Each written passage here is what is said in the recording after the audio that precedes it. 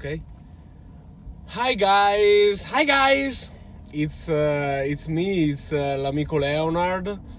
It's April 7th, 2025. Hi guys. They're friends and enemies of Amico Leonard, and I'm doing a solo drive. Fully immersed in my thoughts, and I wanted to share this video with the world, with the YouTube channel of Amico Leonard, about first of all about AEW Dynasty, of course, that I watched yesterday live, and the show was so phenomenal, so great, and I want to share my thoughts about this amazing pay-per-view. And I want to talk about also SmackDown in Chicago last Friday, about CM Punk's favor with Paul Heyman, and all the buzz and the noise that it gave to the wrestling business and the wrestling fans, the internet wrestling community fans. First of all, speaking about Dynasty, I watched it yesterday live. I will try to do this video in English. I will, first of all, because I want to make it, as I told you many times during these months, I'm trying to do to do this video in English, even if my English is not so perfect, just to make it understandable to everyone. Okay. I'm not saying that everyone is supposed to know English, but for sure it's most common if someone knows that's not Italian, knows English and not Italian, of course, because no one speaks Italian except Italians in Italy, and not every Italian in Italy, because we have many dialectos, we can say that. And so I really think that in some part and some places of Italy, some people, some old people, just speak dialetto, and they don't even know true Italian. Anyway, I'm trying to do this video in English to make it understandable to everyone. And I really enjoyed the pay-per-view yesterday in Leonard Center in Philadelphia. It was the first, and it's incredible it was the first AEW pay-per-view in Philadelphia, one of the best city, as I get told, one of the best wrestling cities in America, one of the best wrestling cities in the world.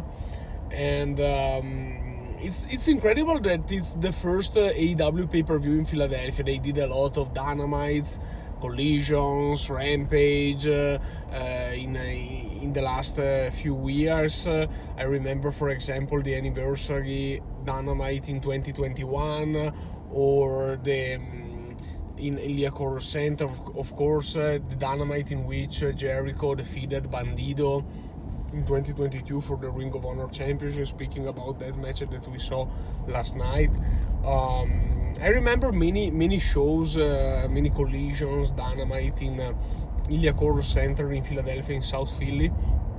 But this is the first pay-per-view, and it was really great. The crowd was really solid, really passionate. The arena seemed to be sold out, or very close to the sold out. And the show really delivered. I basically loved everything. In reality, the Owen Hart tournament the first round of the Owen Hart Foundation tournament has been really great. I loved the match between Will Ospreay and Kevin Knight. How Will Ospreay was able to tell a great story in the ring,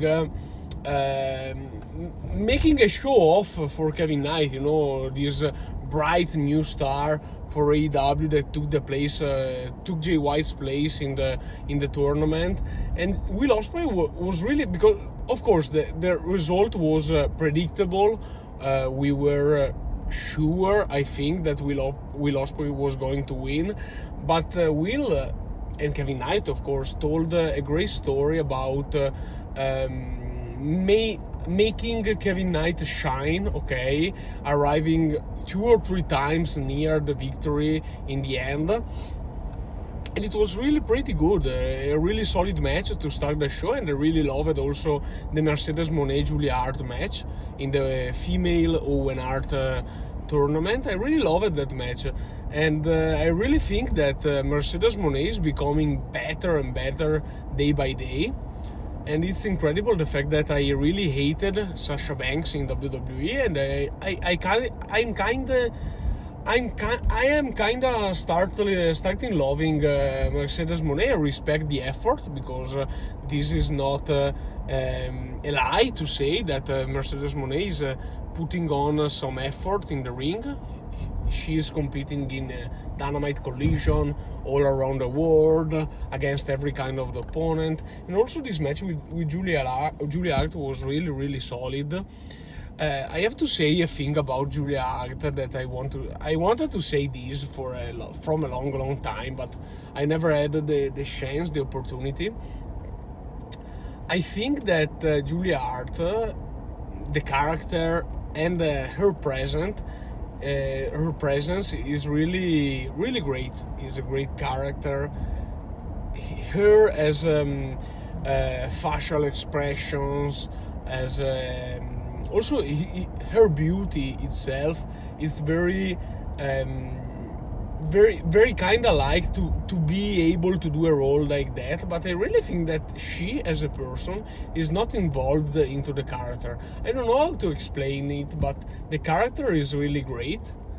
She is really great as she's blonde, she's beautiful, but it's that kind of beautiful that have something of mad, of evil inside. But I think that the person behind the character is not involved, is not comfortable in her own skin doing this character. And this is what I feel when I see Julia Hart. I don't know, I think her as a person is not able to match with a character like this. And it's not Brody King, for example, that is perfect for the role of the Hounds of Hell, former House of Black, or Buddy Matthews. For example, Alexa Bliss in WWE, she is, I don't say is the same character, but is that kind of creepy character. And Alexa Bliss is perfect in the role. She believes in the role, I think. Julia Hart doesn't believe in the role. Maybe she is too young, I don't know. She has to develop some talent, some ability to get the fans involved in a character like that, and get involved herself in a character like that. I don't know. The match was really great. I loved the finisher. I loved all the submission holds. It was really a great match. Really enjoyed it. Speaking about also Kyle Fletcher and Mark Briscoe, was a really great match. And my favorite matches were of the card. I loved the Toni Storm and Megan Bay match. It was really fun to watch. The entrance from Toni Storm quoting Rocky Balboa was really phenomenal. And but the matches that I really enjoyed during the show were of course Adam Cole and Daniel Garcia. I think the most underrated match of the card. The story was really great. I loved the interaction between the two of them. The selling from Adam Cole, the psychology around Adam Cole's leg was really great. And I'm so happy for Cole, because it's the first singles title that he won in AEW. And that's crazy, because he has been there since 2021. So since the first boom for AEW. And it's incredible that he had two big injuries, really dangerous, career-threatening injuries.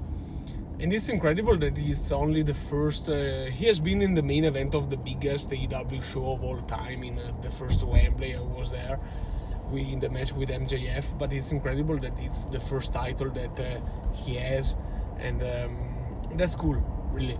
I think he deserves it, because Adam Cole has been champion everywhere he has been, and he deserved it, really. Speaking about the triple threat between Kenny Omega, Mike Bailey, and Ricochet, my favorite match of the night. There is not a Kenny Omega match that is not good to watch, okay? And the match was really, really insane. The maneuvers that they delivered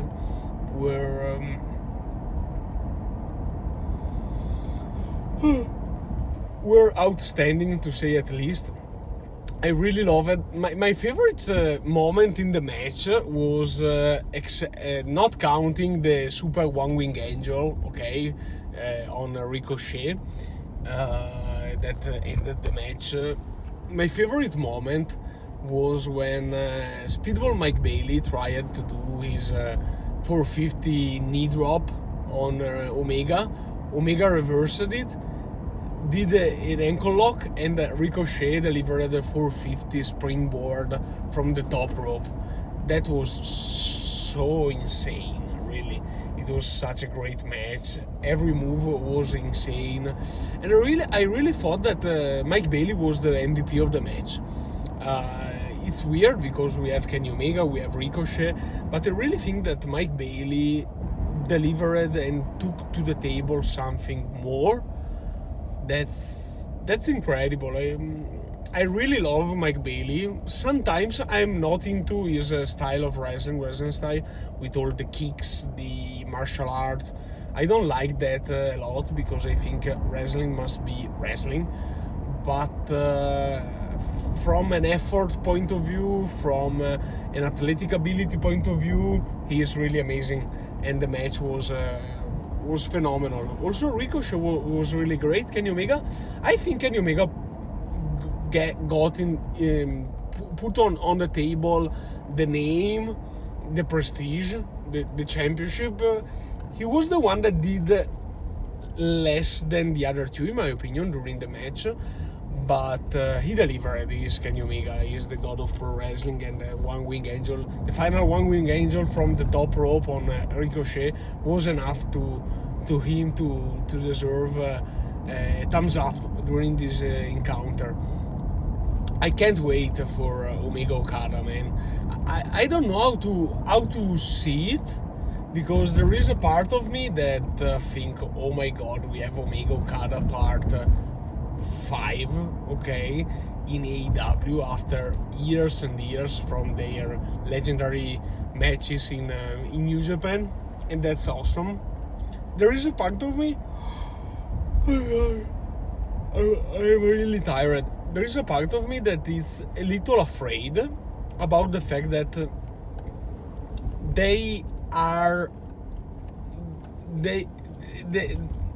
there is a part of me that is afraid about the fact that they maybe are not able nowadays to exceed expectation of what we expect from a match called Omega and Okada, because the matches that they had in Japan were legendary, some of the best matches of all time, you know. And when you think about Omega Okada, you expect that kind of drama, athleticism, that kind of wrestling matches. And I don't know if they are able nowadays, in 2025, to deliver a match like that. Okada is a little older and a little tired, in my opinion. Omega is really still passionate, still, in my opinion, still willing to go for in AEW. He still wants to prove everyone that he is the best bout machine, the best wrestler of all times. But he had diverticulitis. He is not the same man of 10 years ago. He had on his shoulders some of the most brutal battles we have ever seen, with Mox, with Penta, with Hangman, with many others in AEW, with Ospreay. So I don't know. I am always afraid about these kind of matches when you have two icons that had a legendary past in the wrestling ring, and they want to test themselves once again many years later. I'm always afraid because, in my opinion, sometimes some great things happen because they are just supposed to happen in that period of time, So you go out there in the Tokyo Dome and you deliver the match of the lifetime, and you don't know why and how you did it, but it was the magic, the moment. And maybe that matches in that moment were perfect, but maybe nowadays they will disappoint us. I don't know. Of course, I was talking with a great friend of mine today about this fact, and he told me, man, they are Okada and Omega, so they know how to do their job, and that's true. And we have not to be preoccupied about that. We don't have to worry about that.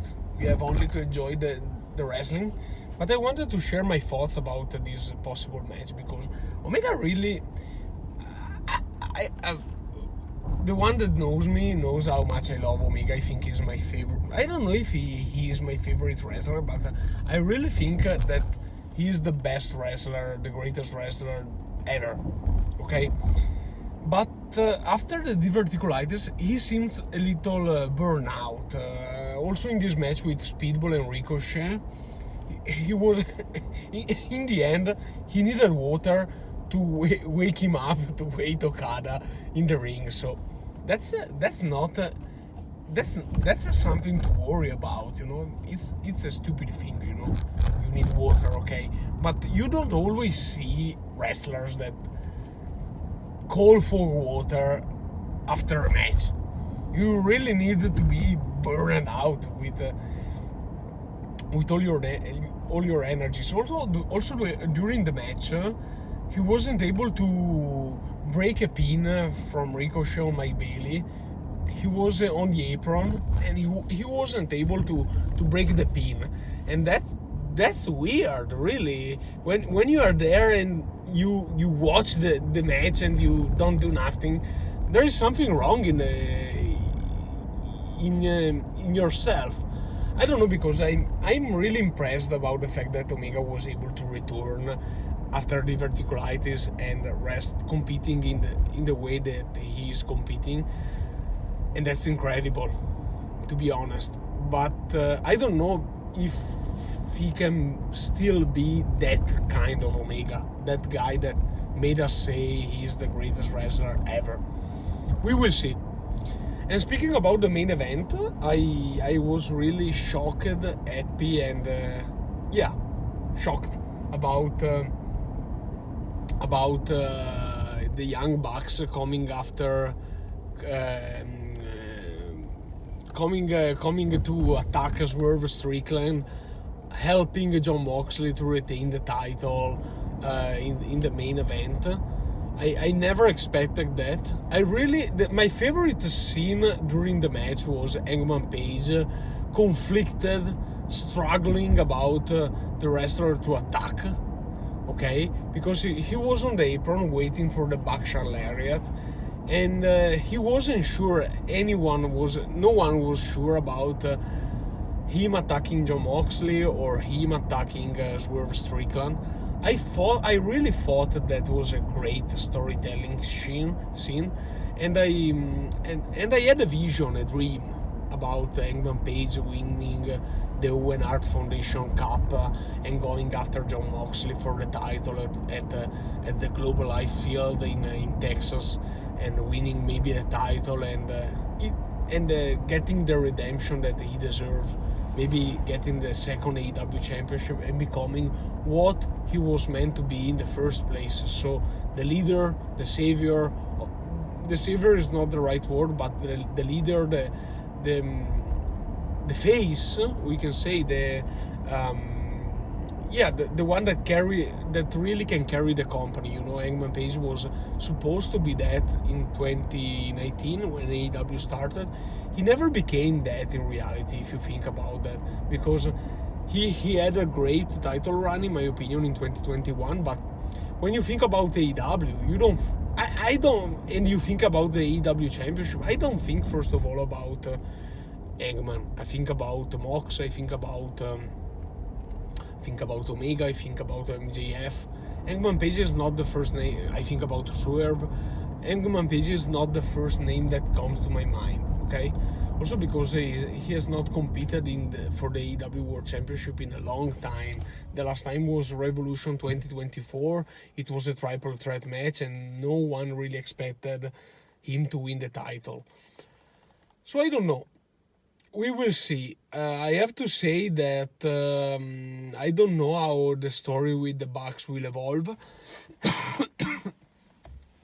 But for sure, that scene with Hangman Page and Swerve and Mox was really insane. It was really great, dramatic. I have to say that the main event was good, was a little overbooked in my opinion. But one thing that I'm really pissed off about this Jon Moxley title reign and the Death Riders and the championship in the bag, it's not the story. The story is really starting to pissing me off, okay? But it's not the story itself, it's not the championship in the bag. It's Jon Moxley himself. I try to explain to you what I feel, because I in the last 5 years what the hell do you want? I have been the best Jon Moxley fan in the world, I think, okay, because Jon Moxley has been one of my favorite wrestlers of the last 5 years since the AEW was born, and I really love Jon Moxley. I really loved him in the first place, but I think that this Death Riders storyline and he wrestling as a heel champion is showing us the limits and the limitations that Jon Moxley has as a wrestler. As a heel, he is really a terrible wrestler, in my opinion. I really think his matches are really horrible right now, and I'm really mad at myself to thinking about a thing like that about Mox. But really, his matches with Cope, with Swerve, the match itself with Swerve, if you don't count and you don't think about the interferences, the overbooking, Hangman Page, the Ops, the Death Riders, Magna Shafir, Prince Nana, if you don't think about that, the match has been a 20 minutes brawl between Mox and Swerve in which for 15 minutes Mox tried to bite Swerve, to make Swerve bleed, to punch Swerve in the forehead to make him bleed. This is not wrestling, in my opinion. Okay, that I was speaking in Italian. Okay, that Jon Moxley is the purveyor of violence. He's a brutal man, a brutal wrestler. I can understand that, but this is not wrestling anymore. The match itself, if you don't count the last moments, the interferences, the Swerve stomp from the ladder, if you don't count all of that, the first part of the match was nothing. Was Jon Moxley biting Swerve and punching Swerve in the forehead. That's it. It's kind of weird, really. I'm so sad to say that, but I think that this title run, this Jon Moxley title run as a heel, showed us, highlighted us, put us on, put it on our faces, the limitations that Jon Moxley have as a wrestler. That's bad. That's really bad. I don't know how it will evolve. I hope that one day this championship in the bag storyline is going to end. I think they will keep it going to All in Texas, maybe. I think Jon Moxley will arrive in Texas as champion. I don't know if the challenge. I really hope that the challenger will be Hangman Page. I think that the most logical challenger will be Will Ospreay, but I will be so happy to see Eggman Page in the main event of All In Texas, the Cowboy in the main event of the biggest show in AEW history in America and in Texas, deep in the heart of Texas. That will be awesome. And speaking about SmackDown, guys, the pay-per-view was really phenomenal. I am so happy for the Bucks. I can't wait to see their explanation. Speaking about SmackDown, about CM Punk favor, I heard and I had some friends that shared with me their thoughts.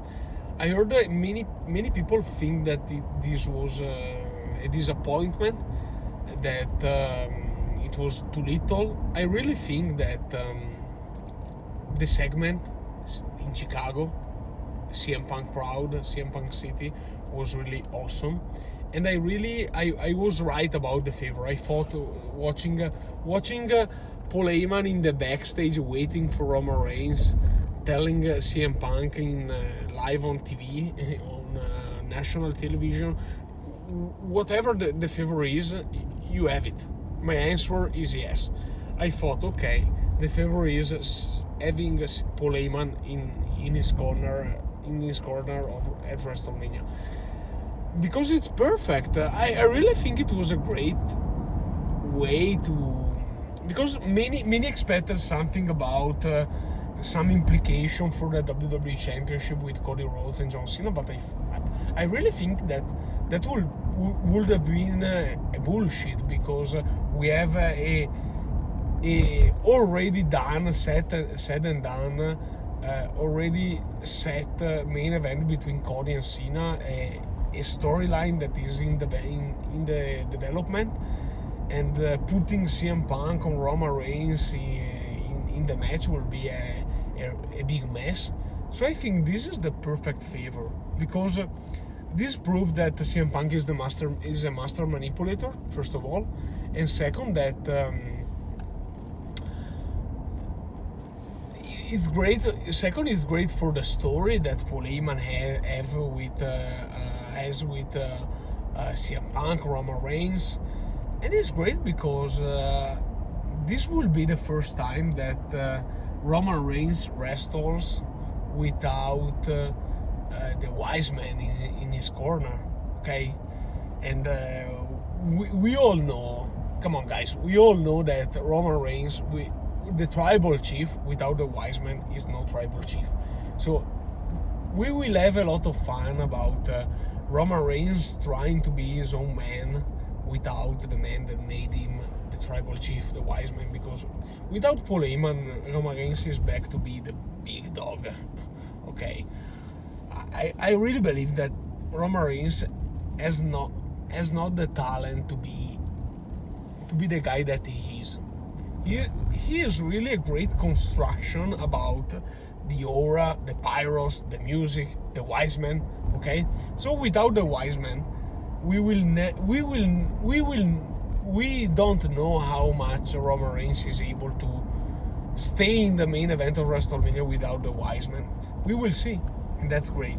And I really loved the CM Punk promo, speaking about the failure of ECW, the last days of ECW, Paul Heyman leaving WWE in 2007, speaking about OVW.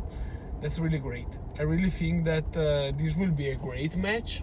I think right now is the best story in WWE with Cena and Cody, but this is better because Cena and Cody has been great for the John Cena turn heel. That has been the most shocking moment in the history of WWE. But right now, without The Rock, without a real development about the story, is becoming a little flat, in my opinion. This story is really great, with CM Punk finally having the main event of WrestleMania, wanting Paul Heyman in his corner, Roman Reigns mad about everything, and Seth Rollins in the middle. Okay, Seth Rollins in the middle is always dangerous, Seth Rollins. Killing the fucking business, guys. These were my thoughts about Dynasty and SmackDown. We will see you in the next video. Goodbye and good night. Bang. Killing the fucking business. The Bucks are back in AEW, motherfuckers.